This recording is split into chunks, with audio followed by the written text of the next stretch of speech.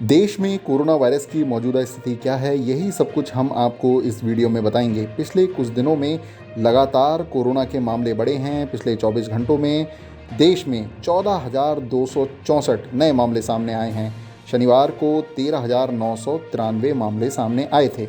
अब कुल corona virus case की बात की जाए तो ये आंकड़ा 1,09,91,651 हो चुका है। वहीं देश में अब भी 1,45,634 एक्टिव केस बने हुए हैं। वहीं 1,06,89,715 लोग डिस्चार्ज हुए हैं। अब तक इस वायरस से 1,56,302 लोगों की जान जा चुकी है। अब आपको बताते हैं उन राज्यों के बारे में जहां पिछले कुछ दिनों में कोरोना के मामले बढ़े हैं। तो इनमें शामिल हैं केरल, महाराष्ट्र, पंजाब, छत्तीसगढ़, मध्य प्रदेश। इन राज्यों में लगातार कोरोना के मामले बढ़ने की रिपोर्ट सामने आई है। स्वास्थ्य मंत्रालय ने कहा है कि पिछले 7 दिनों में इन राज्यों में मामले बढ़े हैं।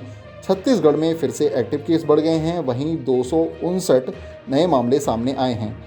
वहीं स्वास्थ्य मंत्रालय ने ये भी बताया कि ये वो 5 राज्य हैं जहां अभी भी 74% एक्टिव केस बने हुए हैं। महाराष्ट्र में 6,000 से ज़्यादा कोरोना वायरस के केस सामने आए हैं। वहीं महाराष्ट्र में अब एक्टिव केस 48,439 बने हुए हैं। राज्य में 19,92,530 लोग पूरी तरह से कोरोना से ठीक हुए हैं। राज्य में अब तक 51,000 से ज़्यादा लोगों की मौत कोरोना से गई है। महाराष्ट्र में मुंबई के साथ पुणे और अमरावती जैसे जिलों में बढ़ते मामलों पर सरकार चौकन्ना हो गई है।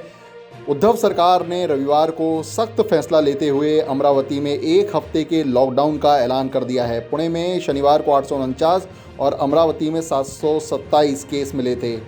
अब सोमवार शाम से 1 हफ्ते के लिए लॉकडाउन लागू होगा। जरूरी सेवाओं को छोड़कर सभी चीज़ें बंद रहेंगी। महाराष्ट्र सरकार का कहना है अगर उसके बाद भी लोगों ने नियमों का पालन नहीं किया तो लॉकडाउन को फिर बढ़ाया जाएगा।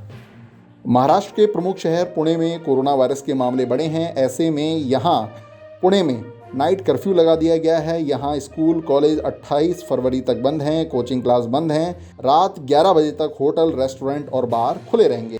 वहीं दक्षिण भारत के एक प्रमुख राज्य केरल में कोरोना के लगातार बढ़ते मामलों ने टेंशन बढ़ा दी है। शनिवार को केरल में 4,650 मामले सामने आए। इसके अलावा 13 लोगों की जान गई।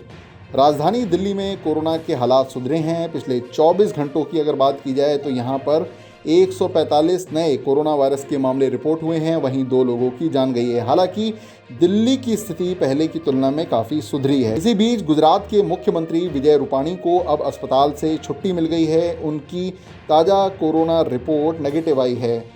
विजय रूपाणी हाल में कोरोना वायरस से ग्रस्त हो गए थे। अब बात कर लेते हैं कोरोना वायरस के वैक्सीनेशन की। देश में अब तक 1,08,38,323 लोगों को वैक्सीन लग चुका है। अब आपको बता देते हैं एक और अहम बात, 63,52,713 स्वास्थ्य कर्मियों को अब तक वैक्सीन लग चुका है। ये वो लोग हैं जिन्हें वैक्सीन का पहला शॉट लगा है। वहीं 8,73,940 लोगों को वैक्सीन का दूसरा डोज लग चुका है।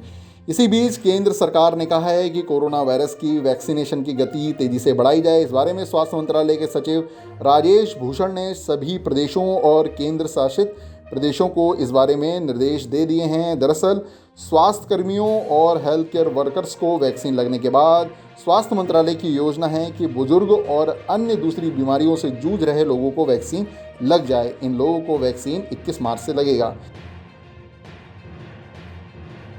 अब जाते जाते कर लेते हैं कोरोना वायरस के ग्लोबल अपडेट की बात। अब तक 10,94,00,000 से ज़्यादा कुल कोरोना के मामले सामने आ चुके हैं। वहीं 24 लाख से ज़्यादा लोगों की जान पूरी दुनिया में इस कोरोना वायरस से गई है।